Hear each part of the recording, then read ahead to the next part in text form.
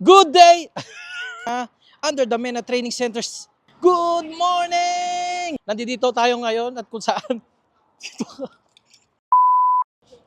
For today's video ay pupuntahan natin ang isa sa pinakilala at pinakabagong talent center dito sa Riyadh, Saudi Arabia. Walang iba kundi ang Spotlight Artist Center under the MENA Training Center. Ano pang hinihintay nyo? Yala! Fresh like bago lang babali ng leeg. Sasaga sa mga gas talaga paasa sa heg. Magpasensya mo baby di ma Daddy Yao!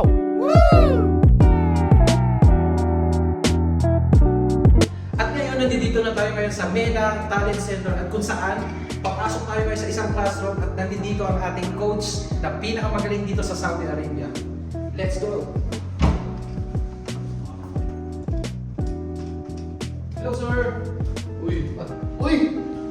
Enzo, bro! Yes! Walang iba! Coach Jojo! Hello po, magandang gabi. Yes! Kaya sa Daddy Yo, syempre, Yes! nag-iisang Enzo sa Riyadh. Yo, nandito si Coach Jojo at kung saan kasama siya sa MENA Talent Center. Magtatanong na tayo sa about sa kanyang karanasan o sa kanyang mga demos. Coach Jojo, ano po ba yung mga tinuturo mo dito sa Talent Center na MENA? Ayan, unang-una maraming salamat sa Spotlight. Syempre, and at the same time sa MENA, binuo talaga nila to, sobrang solid nun. Salute po sa inyo, Sir Bowie, Sir Tony, ayan. Yeah. Actually, dito sa MENA, ano siya, more on basic.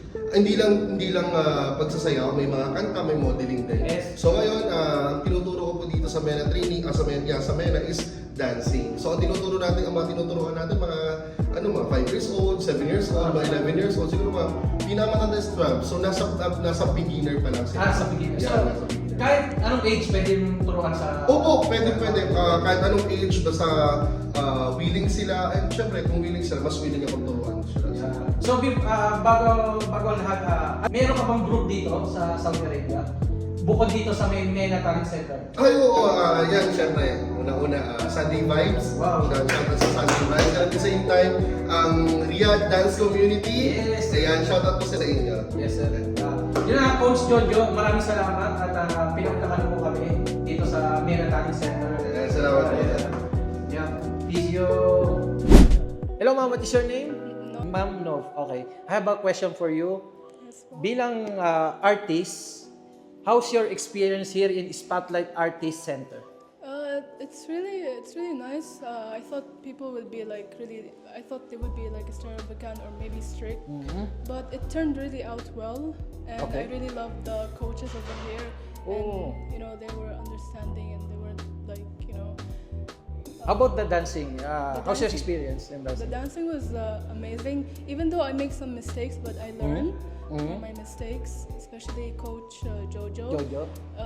He was like angry a bit, but I was trying my best just to train myself. And I Okay. told him that, after the training, I told him like I tried my best, Okay. and I'll try my best more and more in More the and more. future, and it could be better. And how about the photography?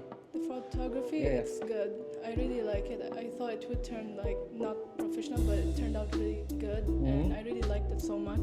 Wow. And yeah, Okay, thank you so much. thank you. Hello, Rebecca, what is your name? My name is Rim po. Rim. Isang dalagang Pilipina ay nakita Rim. Hello, ma'am, what is your name? My name is Rim po. Rim, okay, Rim.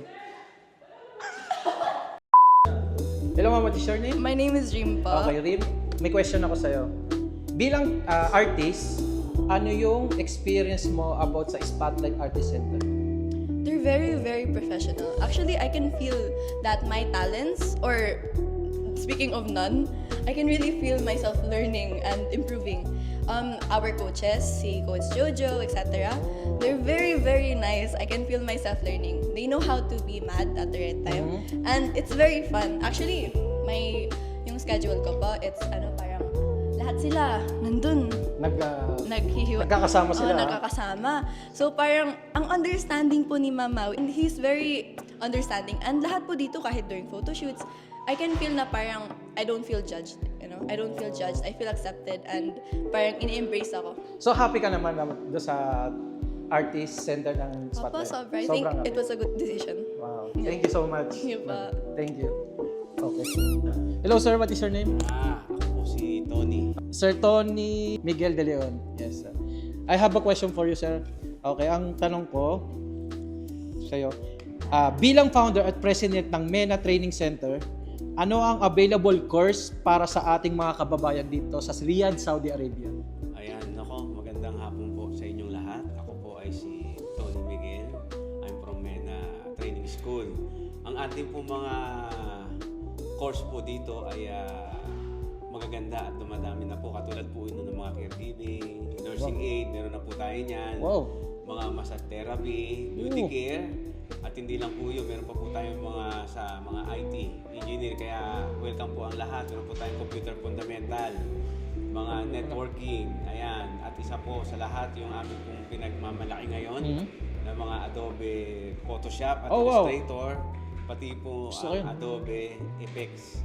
Kompleto na. Oo, meron din po tayong mga photography. Ayan, at isa po sa atin na magkakaroon po tayo ng big bet sa photography. Kaya wini-welcome po namin ang iba na sumali po sa amin po. At makikita nyo din po sa aming page ng MENA, nandun po lahat ng aming mga courses po sa school. So ang MENA Training Center, sir, kailan siya nag-start? Nag-start lang po ba? Very new. Baby. Very- Oo, last month lang po siya. Kasi Oo, grabe last- yung boom eh. Grabe kaagad yung boom. Kaya Ang po, dami. Marami po, nagpapasalamat po kami sa mga sumuporta at tumulong, sa mga nag-share ng kanilang mga sa page para po i-promote ang ating pong Yeah. school. Salamat po. Thank you, sir. Thank you, sir Thank Tony. you. Thank you. So, dito na natatapos ang ating video. Sa lahat ng gustong maging updated sa aking video, please follow, share, subscribe in my YouTube channel and click the notification bell button para lagi kayong updated sa aking mga video. So, stay humble, work hard, and be